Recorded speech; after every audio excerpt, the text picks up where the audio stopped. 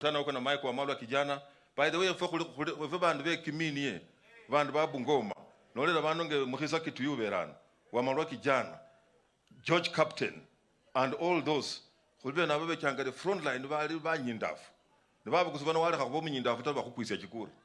Lakini ukiwa munyindafu wanakupatia kura.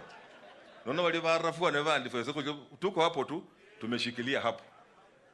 Na embassy mengemwa kupire kura ni washukuru sana. Tulifanya kazi lakini baba unajua ilifika mahali politics is local.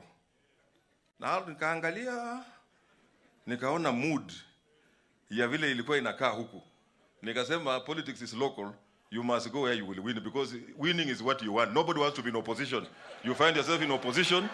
You find yourself in opposition by mistake.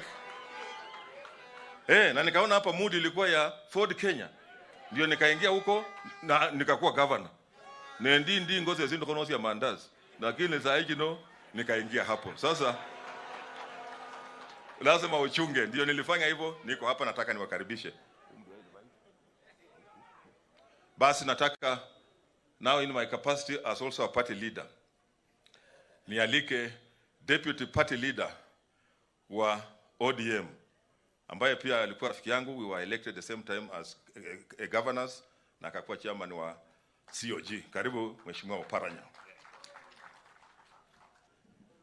Basi mimi nimepewa nafasi ya kukaribisha party leaders ambao wako hapa. Tayari Mheshimiwa Lusaka ameongea, ningemkaribisha kama party leader. Nitakaribisha wale wamepaki alafu